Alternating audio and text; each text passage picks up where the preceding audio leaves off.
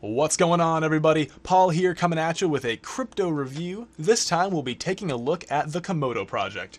Komodo is primarily a privacy coin, but it's a lot more than that. When I first took a look at this project, I was floored by all of the different features offered. Normally, when I look for a crypto, I want to see a project that does a few things very well rather than a whole bunch of things not well at all. Well, Komodo's the exception to this, in my opinion. They do a whole bunch of high-tech, cutting-edge solutions, and they do them all quite well. However, one of the areas in which they're lacking is marketing. So I read through most of their documents, and I gotta say, what I found has really impressed me with the rich history, the commitment to decentralization and human freedom, and the extremely hard-working team behind the project. I mean, these guys are just cranking out updates. So what sets Komodo apart, and what even is Komodo? Well, the best explanation I could find is from this gentleman named Absolution X. He has a great write-up here on Medium about SuperNet, its history, and its functionality. So go ahead and check out his write-up. I'll link it below in the description. Now, if you were just listening, you may have noticed I said SuperNet's history. Okay, what's SuperNet, and how's that related to Komodo? Well, like I said, it's a rich but rather complicated history. I pulled this from our friend Absolution X over here. This is an infographic on SuperNet. SuperNet is a decentralized network of services that include things such as altcoin wallets, asset exchanges, and even decentralized exchanges. This project is an open source project and has been worked on consistently since 2014. You can see here on the GitHub all of the different updates that have been going on since its inception. Now, what as Komodo began, as you can see here, as Bitcoin Dark. This happened after the original dev split with the NXT team and went his own way. Bitcoin Dark serves as a payment token for the entire SuperNet platform. Any services rendered on the SuperNet platform are settled in Bitcoin Dark. Bitcoin Dark has been overhauled to be Komodo, and we'll touch on that momentarily.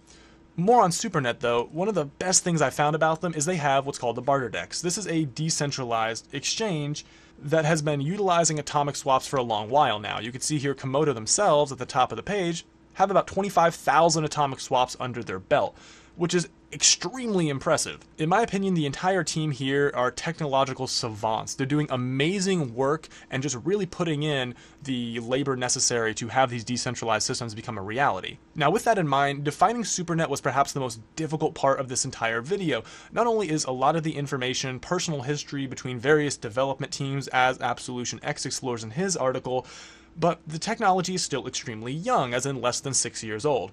Plus, like I said, everyone involved is highly intelligent and technically minded, and in my opinion, working on these cutting-edge decentralized systems is a lot more important than explaining these decentralized systems. And plus, I like making these videos, so unclear explanations help me provide my purpose of making information like this digestible for you all. So, now that we've looked a bit at SuperNet, we know that Komodo is an evolution out of Bitcoin Dark in some way, shape, or form, which we'll explain here momentarily. Let's take a look at some of the unique features in Komodo that make it worthwhile and really set it apart from other cryptocurrencies. The first of which is the delayed proof-of-work system. So first, if we want to understand the delayed proof-of-work system, let's take a quick look at proof-of-work and give a very brief explanation as to how that works and how they're different. In a regular proof-of-work system, computers compete to solve mathematical puzzles to determine who gets to verify their selected transactions and move the blockchain forward by one block. This means the more processing power your computer has, the faster it can solve these puzzles. As you can imagine, this has led to an electricity arms race in a way, and now the Bitcoin network consumes more energy on average than the country of Denmark. That can be good and bad. It's good in the sense that it stops 51% attacks, it stops Genesis block attacks and other kind of attacks where users try to use energy to overpower the Bitcoin network.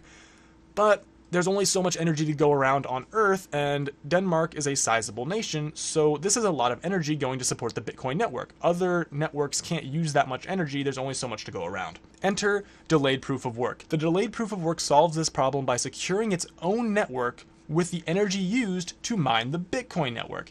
This process is done through 64 democratically elected notary nodes who take turns mining blocks in order that are then referenced in Bitcoin's blockchain. Keep in mind, these notary nodes are not actually mining Bitcoin blocks, nor do they interact with every single Bitcoin block that's verified.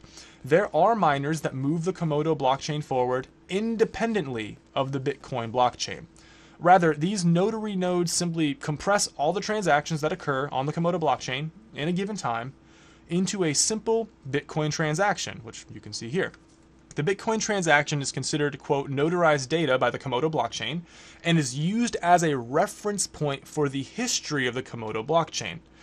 It's in this way that if the Komodo blockchain's ever attacked or shut down, all copies of the ledger are destroyed and it seems hopeless, the Komodo blockchain can still resume by referencing the latest Bitcoin block that contains a Komodo transaction. These Bitcoin transactions are like landmarks in a way to let the Komodo team know what transaction happened earlier or later in Bitcoin history and therefore reestablish the Komodo blockchain at a reasonable point. This ingenious solution allows Komodo to piggyback off of the security of the Bitcoin network that's provided by so much energy, or really any other chosen proof of work network that the notary nodes select, without having to utilize unsustainable amounts of energy to secure the network. I won't go into too much detail about these notary nodes. There's some really great write-ups by the Komodo team about how they're selected and what they can actually do.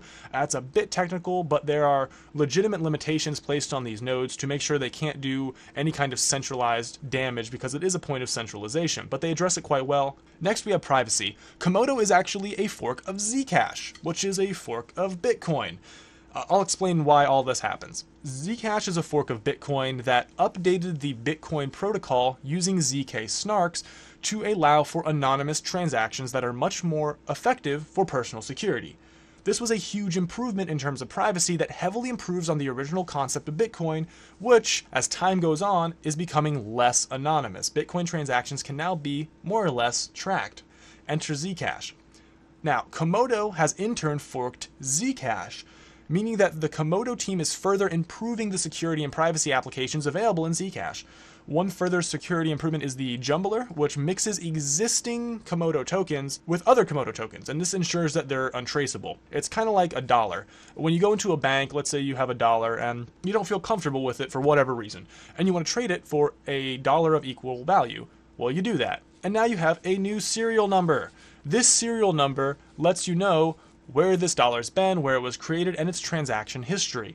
In the same way, a jumbler simply takes a bunch of Komodo tokens, mixes them all up, and therefore makes them untraceable. It's an ingenious solution. With these features, Komodo is absolutely one of the greatest coins for privacy, in my opinion, and this feature alone merits recognition.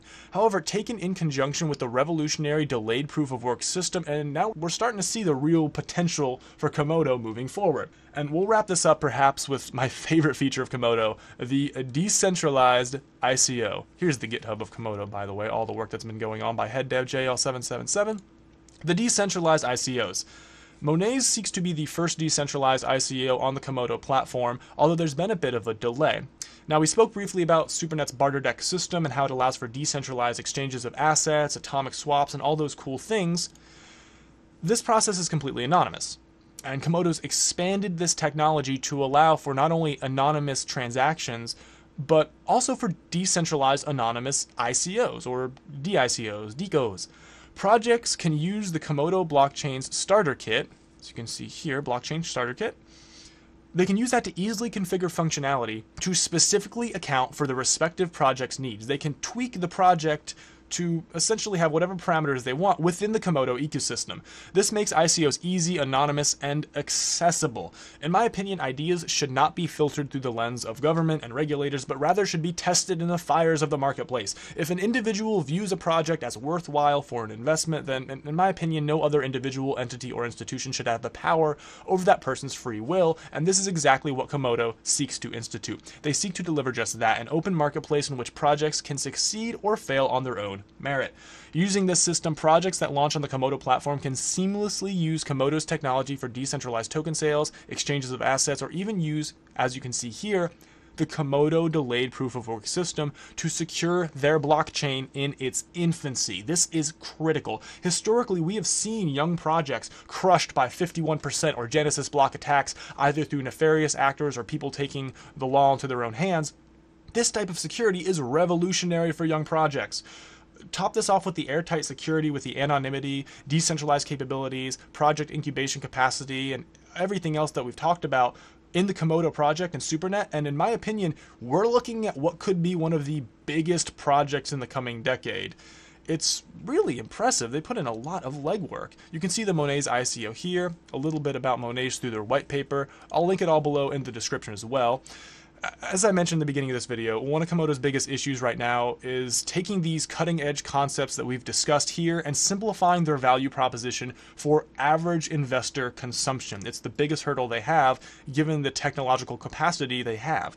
I hope we were able to clarify some of those propositions today here in this video. If you have any questions, comments, concerns, or just things you want to let me know that maybe I missed, or little sneak peeks about things coming out of the Komodo project, let me know in the comments down below. Like I said, I'll link everything we talked about in the description. As usual, I'm Paul. Thanks so much for watching. Like, share, subscribe, and I look forward to talking to you guys next time.